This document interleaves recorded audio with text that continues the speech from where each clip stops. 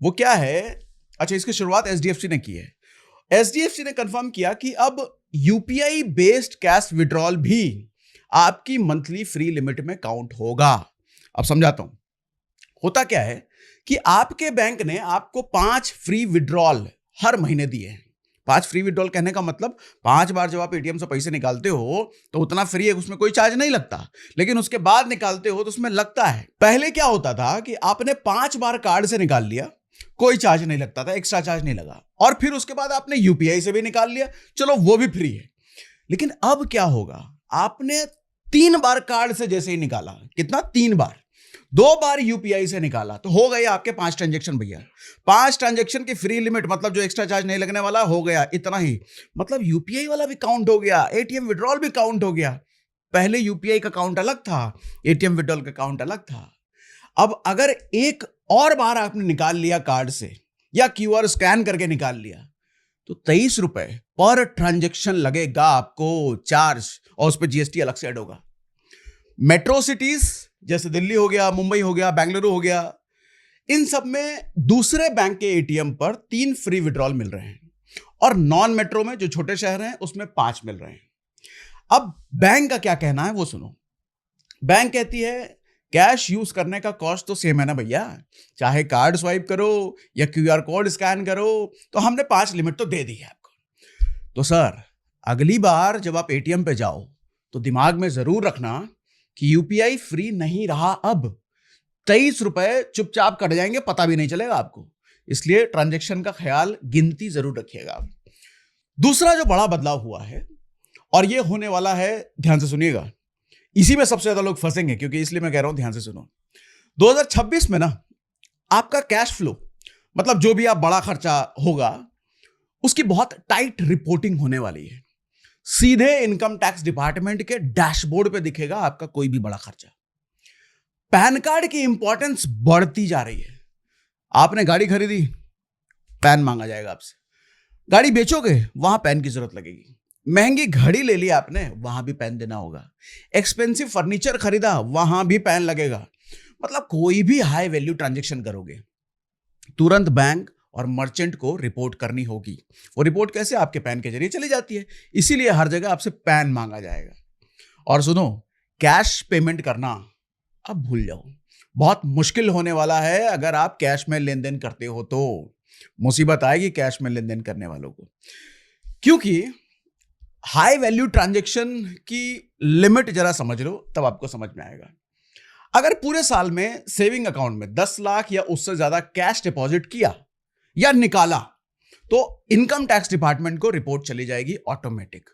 10 लाख की लिमिट लग गई। और हाँ, एक चीज समझ लेना, ये सिंगल ट्रांजैक्शन की लिमिट नहीं है, क्यूमुलेटिव है। मतलब एक एक करके 10 बार भी 1-1 लाख जमा किया तो भी आप रडार में आओगे।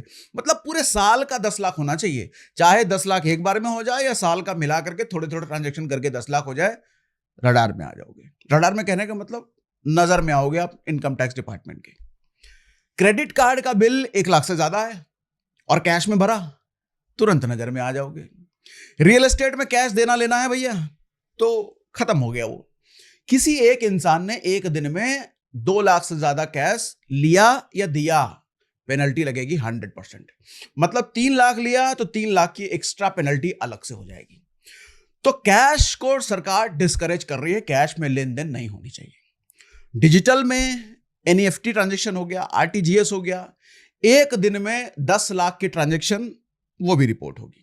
मतलब 2 चीज समझो, एक तो कैश लेन देन को डिस्करेज किया जा रहा है, और बड़े ट्रांजैक्शन अगर अकाउंट से भी हो रहे हैं तो उसकी रिपोर्टिंग इनकम टैक्स को जा रहा है, ताकि बड़े ट्रांजैक्शन भी नजर में रहे। एफडी में 10 लाख से ऊपर कैश में करवाओगे, एफडी बुक कराया और कैश में 10 लाख रुपए देके कराया, तुरंत रिपोर्ट चली जाएगी, कहां से लाए 10 लाख।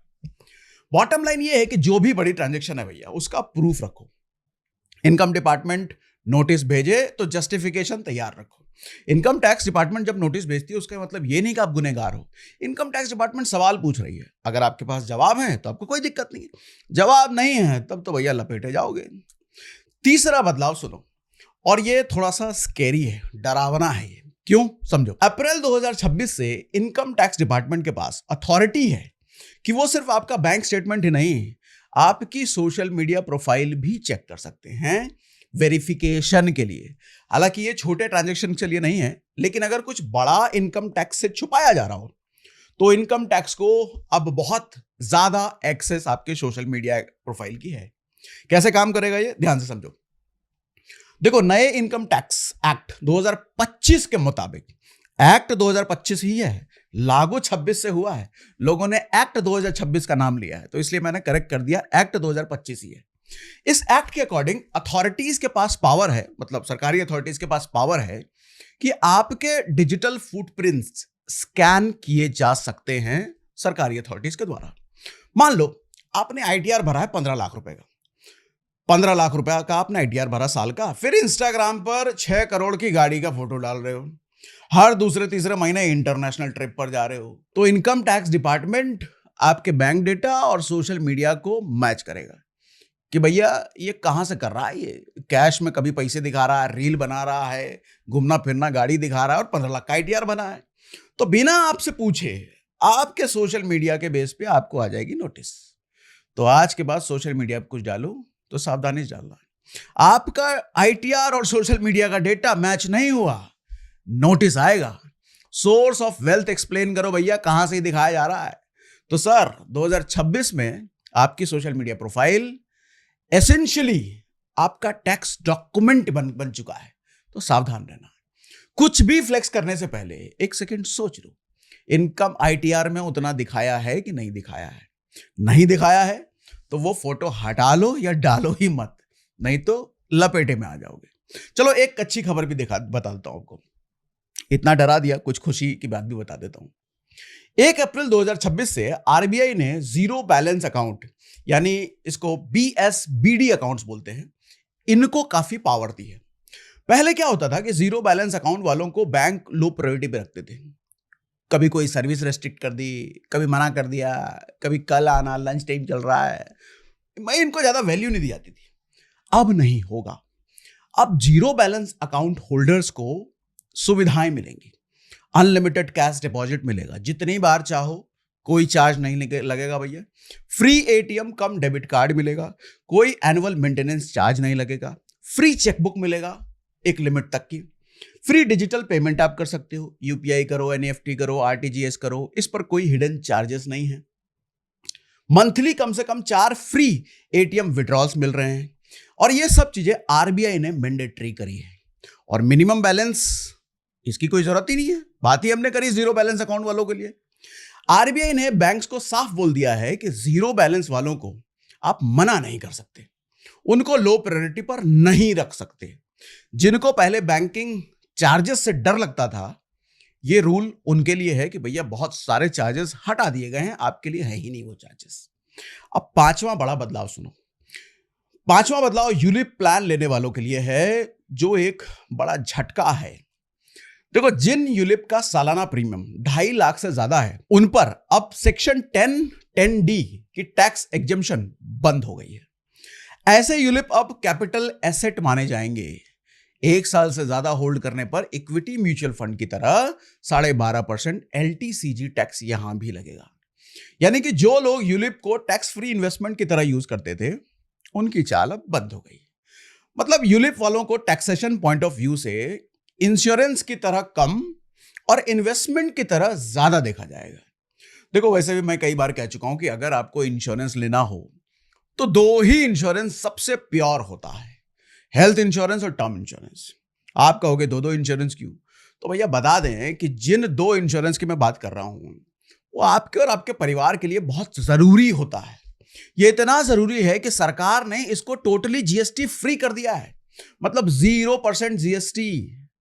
सबसे पहले हेल्थ इंश्योरेंस के बारे में जान लो। अब मान लीजिए कल को भगवान ना करे आपका या आपकी फैमिली में किसी का कोई एक्सीडेंट हो जाए, कोई बड़ी बीमारी हो जाए, तो क्या होगा? बैंक अकाउंट से लेकर के सेविंग तक सब खर्च हो जाता है। घर बार, जमीन जायदाद सब बेचने की नौबत आ सकती है। ऐसी सिचुएशन से बचने के लिए आप पहले से तैयारी करके रखो, और यह तैयारी अपने और अपनी फैमिली के लिए हेल्थ इंश्योरेंस लेकर के तैयारी होती है। हॉस्पिटल के बड़े बड़े बिल भरने से अच्छा है कि सिर्फ 400-500 रुपए महीने का प्रीमियम दो और जरूरत पड़ने पर लाखों करोड़ों का कवरेज ले लो भैया। और हाँ, इसमें आपको डेडिकेटेड रिलेशनशिप मैनेजर भी मिलता है, जो क्लेम लेने में आपकी मदद करता है। और अगर आपके पास कॉर्पोरेट इंश्योरेंस है तो ये मत सोचिएगा कि वो